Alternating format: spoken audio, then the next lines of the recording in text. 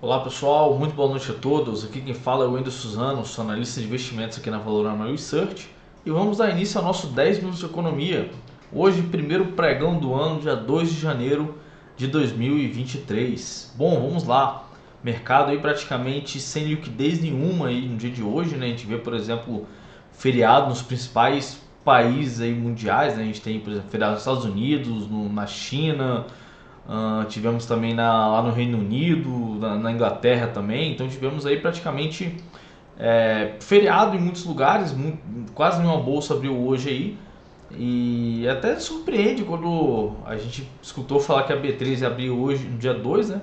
Geralmente não abre, se eu não me engano no ano passado não foi assim, ano retrasado também acho que não chegou a abrir, né? No dia 2 aí de janeiro, mas esse ano tivemos aí a gente negociando no dia de hoje, o primeiro pregão do ano a partir do dia 2, e já tivemos aí um dia que teve pouca liquidez, pouca gente negociando, volume muito baixo, mas um dia de queda nos mercados, tá? Daqui a pouco a gente vai dar uma passada aqui nos gráficos, vamos lá para aquele relatório que a gente sempre mostra aqui, né, para vocês.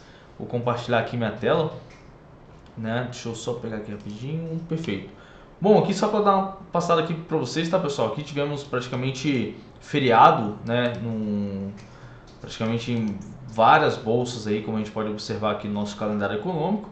Tivemos algumas notícias relevantes aqui no PMI, lá na zona do euro. Lá tivemos, por exemplo, a PMI na Espanha, que veio no nível de 46, PMI da Itália também, que veio no nível de 48,5, praticamente bem próximo aí, na verdade veio na sua projeção, né? Tivemos também PMI industrial lá na França, que veio acima da sua projeção, acima do mês anterior. E também tivemos o PMI na Alemanha, né, que veio abaixo da sua projeção e acima aí do mês anterior. E para finalizar, tivemos também o PMI lá da zona do euro, né, que foi em torno aí do 47,8, exatamente como foi a projeção e acima do mês anterior. Esses foram os principais dados aí para hoje, né? Não tivemos muita oscilação e vamos ver como fechou o mercado aqui no Brasil. Estou aqui compartilhando com vocês aquele panorama que a gente sempre traz aqui, né? A gente vê, por exemplo, o Bovespa caiu cerca de 3,06%. Ontem tivemos aí a posse do novo presidente Lula aí, né? E o mercado já começou o ano aí já entregando aí boa parte, né? Do que ele batalhou praticamente dezembro inteiro para ficar acima, ele bem próximo dos 110 mil pontos. Hoje ele já abriu aí mercado em queda de 3,06% após aí o Lula aí assumir a presidência aí do Brasil, né? O início do seu mandato. O dólar, por outro lado, fechou a 5,39, bem próximo do 5,40. Lembrando que o 5,40 tem aquela resistência forte para o dólar, né? O dólar subiu cerca de 1,46% hoje. Os DIs subiram forte no dia de hoje. Os juros futuros de 2026 subiu 2,3%, de 2025 subiu 1,85%, de 2024 0,56% no dia de hoje, né? Os DIs estressaram aí hoje.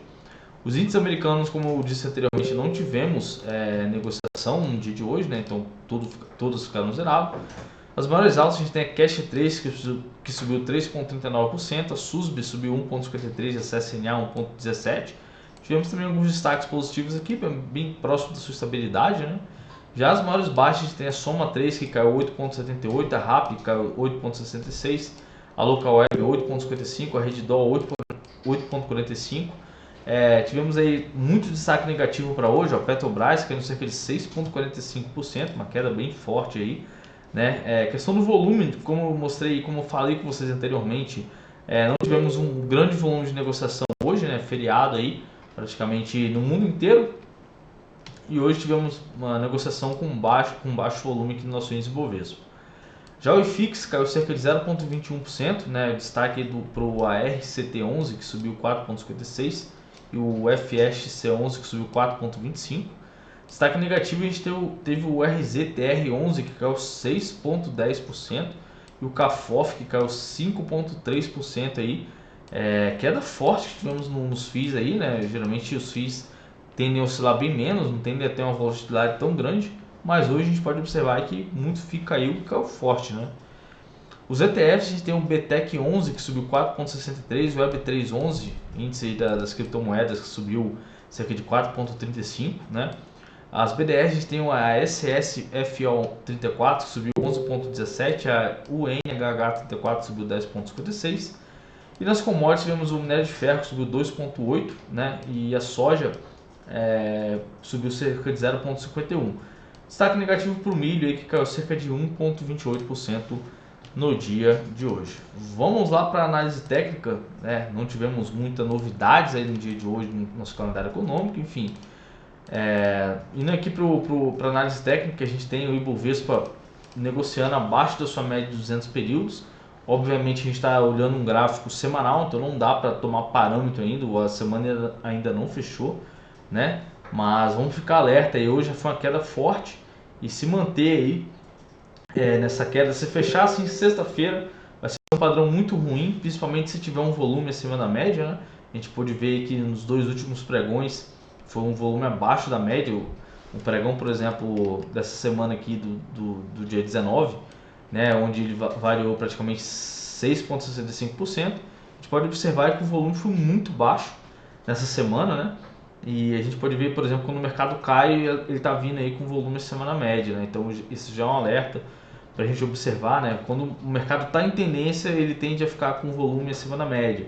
Quando ele está fazendo movimentos de correção, ele tende a ficar com volume aí abaixo da média. Então vamos observar se o mercado fechar assim e tiver aí com volume acima da sua média de 20 períodos, um gráfico semanal, pode piorar para o Ibovespa, né? Então vamos ficar de olho aí para ver se realmente vai ter essa venda aí essa semana. O mercado ainda... A semana começou agora, né? Então vamos ver como é que vai ser durante esses pregões aí durante a semana.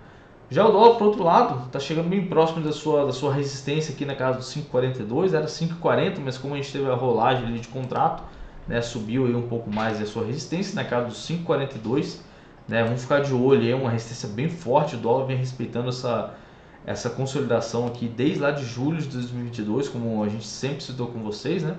E vamos ficar de olho para ver se o mercado vai realmente respeitar essa região, se vai romper, né? É um ponto crucial para a gente saber a direção futura para o dólar, né? Ter algum parâmetro para ver para onde o dólar vai. Sem o rompimento dessa resistência e sem o rompimento desse suporte para o dólar sai consolidado, então ele deve ficar negociando próximo da sua resistência. Depois que toca na resistência, ele deve ir buscar o seu suporte, que é exatamente a estratégia de consolidação, né? Compra no suporte e vende na resistência. É assim que o mercado consolidado funciona, né? Então, pessoal, só dando uma última passada aqui também nos DIs, né? Deixa eu só ocultar aqui a VWAP diária, porque não estava usando aí para olhar os mercados no intraday. Os DIs futuros, como a gente observou aí, fechou em alta, né? Fechou a média de 2% de alta, né? Tocou aqui agora na sua média de 9 períodos, né? Pode vir a cair um pouco mais nos próximos dias. Vamos ver, esse aqui é o gráfico diário. E se a gente for mudar para o semanal, como eu disse anteriormente aí, ainda o início da semana não dá para ter um parâmetro muito grande ainda, né? A gente analisa o gráfico semanal e hoje é segunda-feira ainda. Mas se a gente for observar, por exemplo, na última semana, ele formou aí padrões aí de queda, né? Através do gráfico semanal, fechando abaixo da média de 21, né? Formou um candle aí de indecisão. E se perder essa mínima aqui da última semana, né? Vai ficar bem feio aí para os DIs devem cair um pouco mais, né? Então vamos ficar de olho para ver se realmente vai respeitar esse padrão gráfico e cair um pouco mais aí os DIs, né? Visto que é a confirmação exatamente desse topo duplo aqui no DI futuro, como a gente pode observar aí, é uma figura de reversão de uma tendência de alta para a tendência de queda, tá bom? Bom, pessoal, esses eram os principais destaques que eu queria trazer aqui para vocês. Como eu disse anteriormente, foi um dia calmo na teoria, né? Um mercado com baixa liquidez, mas bastante medroso aí. A gente vê, por exemplo, muita ação caindo, né? O mercado aí praticamente teve esse nervosismo, mas não teve um volume muito grande.